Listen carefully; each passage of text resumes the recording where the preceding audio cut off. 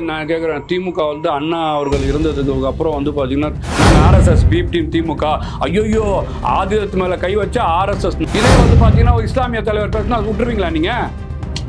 இதுதான் சொல்கிறேன்னா, நீங்கள் தான் ஆரியர் எதிர்ப்பாளரா, நீங்கள் தான் சனாதானத்துக்கு எதிராக பேசினவரா சின்னவர்? இதே திமுக அப்போ உங்களுக்கு அண்ணா ஞாபகம் வரல, பெரியார் ஞாபகம் வரல, அம்பேத்கர் ஞாபகம் வரல.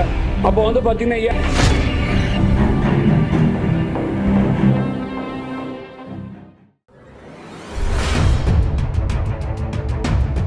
இரண்டு சிந்தனைகளோட தாவேகா பயணிச்சுட்டு இருக்கிறாங்க. இதுவரைக்கும் விஜய் அவர்கள் எந்த ஒரு மறுப்பும் இதற்கு கொடுக்கல அப்படின்னு சொல்லிட்டு நீங்க அந்த அன்னையில இருந்து இன்ன வரைக்கும் அதான நடக்குது. இது ரெண்டுமே பாத்தீங்கன்னா சார் கள்ள கூட்டணியில வேலை செய்யறாங்க. இவங்களுக்கு பாதிப்பு வந்துருச்சா, இவங்க வந்து இவங்களோட பிடிவால வந்து பாத்தீங்கன்னா மோடி அரசாங்கம் ஒரு ரஹ்மானோ ரஹீமோ ஒரு முஸ்தபாவோ பேசிதான் விட்டுருப்பீங்களா? இல்ல, அதே திமுக தான் வந்து சிசிடிவியை வெளியிட்டு அதை வந்து சாந்தமா அந்த தவறு செய்யற மாதிரியா நீங்க வழக்கு சொல்லலையா? அவர் அரெஸ்ட் பண்ணல, எதனால அரெஸ்ட் பண்ணல? ஆர்எஸ்எஸ் சொந்தக்காரன் சொல்லியா?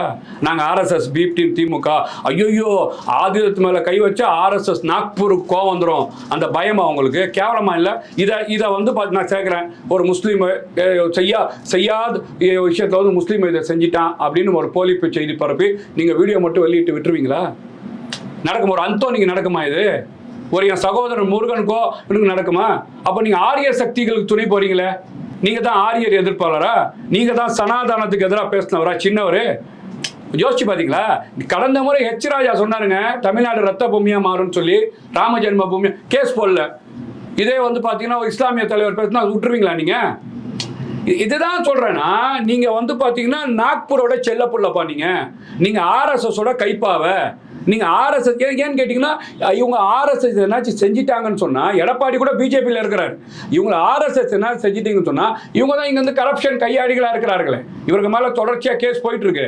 இவங்க மேல வந்து பாத்தீங்கன்னா சிறை களி அப்படின்னு மாறி போயிடும், அந்த பயத்தின் அச்சம். அப்ப என்ன நினைக்கிறாங்க, எங்க நாங்க வந்து பாத்தீங்கன்னா பெரியாரை வச்சு பேசுவோம், ஆனா எங்க குடும்பத்தாரோ கோவிலா சுத்த வைப்போம், நாங்களும் பாத்தீங்கன்னா அதே தான் அப்படின்னு பேச வைப்பாங்க.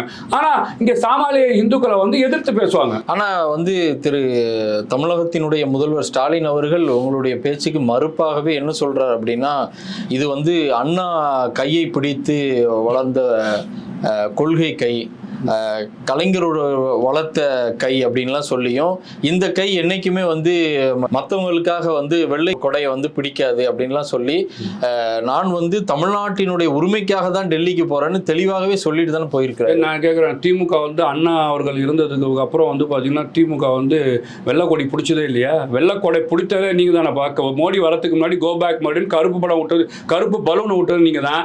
வெள்ளைக்கொடையை போய் பிடிச்சிட்டு ரத்தன கமலம் விரிச்சவங்க நீங்கள் தான். நான் கேட்குறேன், நீங்கள் கடந்த முறை குஜராத்தில் கொத்தா முஸ்லீம்களை சாவடிச்சாங்கல்ல, 2000 முஸ்லீம்களை சாவடிச்சாங்கல்ல, பல்கிஸ் பானுன்னு ஒரு பொண்ணை போட்டு 10 பேர் கற்பழிச்சாங்கல்ல, கொஞ்சம் யோசிச்சு பாருங்க, நெஞ்சு வலிக்குது. பண்ணானா இல்லையா? அப்போ யார் அதை புகழ்ந்து தள்ளினா? நீங்க அப்போ திமுக கூட்டணியில் இருந்தீங்களா இல்லையா? அப்படி ஒரு சம்பவமே நடக்கல அப்படின்னு சொன்னீங்களா இல்லையா திமுக? இதே திமுக அப்போ உங்களுக்கு அண்ணா ஞாபகம் வரல, பெரியார் ஞாபகம் வரல, அம்பேத்கர் ஞாபகம் வரல. அப்போ வந்து பார்த்தீங்கன்னா ஏன்னா முரசொலி மாறன் அமைச்சர் ஞாபகம் வந்துருச்சா? இதே அன்னைக்கு முதலமைச்சராக இருந்த மோடி வந்து குஜராத்தில் முதலமைச்சர், நல்ல முதலமைச்சர்னு சொல்லலையா நீங்க? அடல் பிகாரி வாஜ்பாயை கூட்டு வந்து இங்கே சுடுகாட்டில் வச்சு கடைசி வரைக்கும் இறுதி நிகழ்வு நடக்கிற வரைக்கும் அமைச்சர் பதவியை தக்க வைக்கலையா? இப்போ முழுக்க முழுக்க என்னன்னு கேட்டீங்கன்னா, ஆர்எஸ்எஸ்க்கு தமிழ்நாட்டில் செம்பு தூக்கி நீங்க வந்து கொடை பிடிச்சதே நீங்க தானே. நீங்க இவ்வளவு ஆக்ரோஷமா பேசுறீங்க, ஆனால் வந்து அவங்க என்ன சொல்றாங்க அப்படின்னா, இன்னைக்கு மட்டும் ஏன் விஜய்க்கு வந்து முஸ்லிம்கள் மீது கருணையும் அன்பும் வருது? வக்பு திருத்த சட்டத்துக்கு வழக்கு போட்டிருக்கிறாரு, இஃப்தார் நிகழ்ச்சி நடத்தியிருக்கிறாரு. ஆனால் ஒரு உச்சகட்ட ஒரு நடிகராக இருக்கும்போது கிட்டத்தட்ட 2 படங்கள் வந்து துப்பாக்கி, பீஸ்ட் போன்ற படங்கள் முஸ்லிம்களுக்கு எதிராக தீவிரவாதிகளாக சாமானியனாக இருக்கக்கூடிய, உன்னோட கூட பழகிட்டு இருக்கக்கூடிய ஒரு செருப்பு கடை வச்சிருக்கவன், பரோட்டா கடை வச்சிருக்கிறவன், பீடா கடை வச்சிருக்கிறவனை கூட நீ நம்பாதங்கக்கூடிய அளவிற்கு ஒரு காட்சி வடிவத்தோட துப்பாக்கி படத்துல வச்சாரு. இன்னைக்கு மட்டும் இது இப்ப பண்றாரு அப்படின்னா, சிறுபான்மையினுடைய வாக்கை பிரிக்கணும், திமுகவுக்கு விழக்கூடிய சிறுபான்மையினுடைய வாக்கை பிரிக்கணுங்கிறதுக்காகத்தான் இன்னைக்கு நாக்பூருடைய அஜெண்டாவாக திரு விஜய் அவர்கள் இறக்கப்பட்டிருக்காருலாம் சொல்லிக்கிட்டு இருக்கிறாங்க. அந்த மாதிரி வந்து திரைத்துறையில காட்டுறது தப்புன்னு ஒத்துக்கிறீங்களா? ஒத்துக்கிறீங்களா இல்லை? அப்படித்தான் திரைத்துறை நம்ம என்ன சொன்னோம், விஜய் அவர்களா இருந்தாலும் சரி, கமலஹாசனா இருந்தாலும் சரி, அந்த காட்சியை நீக்கிட்டு திரையிடுன்னு சொன்னோம். அதை தான் எல்லா சமுதாய மக்கள், நம்மளுக்கு படம் வெளியில வர நம்மளுக்கு பிரச்சனை கிடையாது, பார்க்குறவங்க போய் பார்க்க போறாங்க. நீங்க அப்படிப்பட்ட விஜய், மரியாதைக்குரிய விஜய் அவர்களை ஏன் ரெட் ஜெயின் மூவியும் சன் மூவியும் படம் எடுத்தீங்க? இப்போதான் இவர் காய்ச்சிருக்காருல்ல, உங்களுக்கு தான் வந்து அது பிரச்சனை இருக்கும், நீங்க தான் வந்து தாங்கி பிடிக்கிறீங்களே. சரி, அதையும் தாண்டி நான் கூடுதலாக கேட்குறேன். சரி, படத்தா பார்க்குறேன்னு சொல்கிறேன். அமரன் ஒரு படம் வந்துச்சுல, சிவகார்த்திகேயன் நடிச்சார். என்ன காமிச்சாங்க? இஸ்லாமியர்கள்லாம் அப்படியே வந்து பார்த்தீங்கன்னா ரொம்ப நல்லவர்கள், சாந்தமானவர்கள், இவங்க வந்து ரொம்ப என்னன்னு கேட்டிங்கன்னா எம்பெருமான் நபிகள் நாயகம் ஸல்லல்லாஹு அலைஹி வஸல்லம் வழியில் வரவர்கள் அப்படின்னு காமிச்சிங்க. என்னத்தை காமிச்சிங்க? யார் எடுத்த படம்? அந்த படத்தை வியாபாரம் செஞ்சது யாரு? சிவகார்த்திகேயனை போய் பாதுகாப்புத்துறை மந்திரியை சந்திக்க வைத்தது யாரு? சிவகார்த்திகேயன் கொடுத்த 10 லட்சம் ரூபாவை வெள்ள நிவாரண நிதிக்கு வந்து 10 லட்சம் ரூபா கொடுத்தான்னு உதயநிதி ட்வீட் போட்டது எதுக்காக? ஏன் சிவகார்த்திகேயனோட நீங்க டிராவல் பண்ணிட்டு இருக்கிறீங்க? நீங்க சொல்ல வேண்டாம், இப்போ நீ இஸ்லாமியருக்கு வந்து தவறா படம் எடுத்துட்ட, நீ வரக்கூடாது சொல்ல முடியுமா? அப்போ நீங்க பாத்தீங்கன்னா மரியாதைக்குரிய விஜய் அவர்கள் சிஏஏ என்ஆர்சிக்கு வந்து பாத்தீங்கன்னா இஸ்லாமிய மக்களுக்காக குரல் கொடுத்துருக்காரு. அன்னைக்கு வந்து பாத்தீங்கன்னா பார்ட்டியை வந்து ரிஜிஸ்ட்ரேஷன் பண்றாரு. டெல்லியில இருந்து பாத்தீங்கன்னா சைன் அத்தாரிட்டி வரணும். எனக்கு அது தேவையில்லைங்க, நான் இஸ்லாமிய மக்களுக்கு குரல் கொடுப்பேன். இன்னைக்கு அரசியல் இயக்கமாக வந்துட்டாரு, களத்தில் நின்ட்டாரு, தமிழ்நாட்டை நான் நிற்க போறேன்னு சொல்லிட்டாரு. வக்போர்டு பிரச்சனை வந்து குரல் கொடு. இதுல இருந்து என்ன தெரியுதுன்னு கேட்டீங்கன்னா, நீங்க சொல்ல காலத்தில் விஜய் அவர்கள் நடிகர் விஜயாக இருந்தார். இன்னைக்கு வந்து பாத்தீங்கன்னா அரசியல் தலைவர் விஜயராக இருக்கிறார். எங்கெங்கெல்லாம் பாதிப்பு நடக்குதோ அது இஸ்லாமியர்களாக தான். ஒரு எல்லா உயிருக்கும் எல்லா மனிதர்களுக்கும் தானே அவரோட கோஷமே.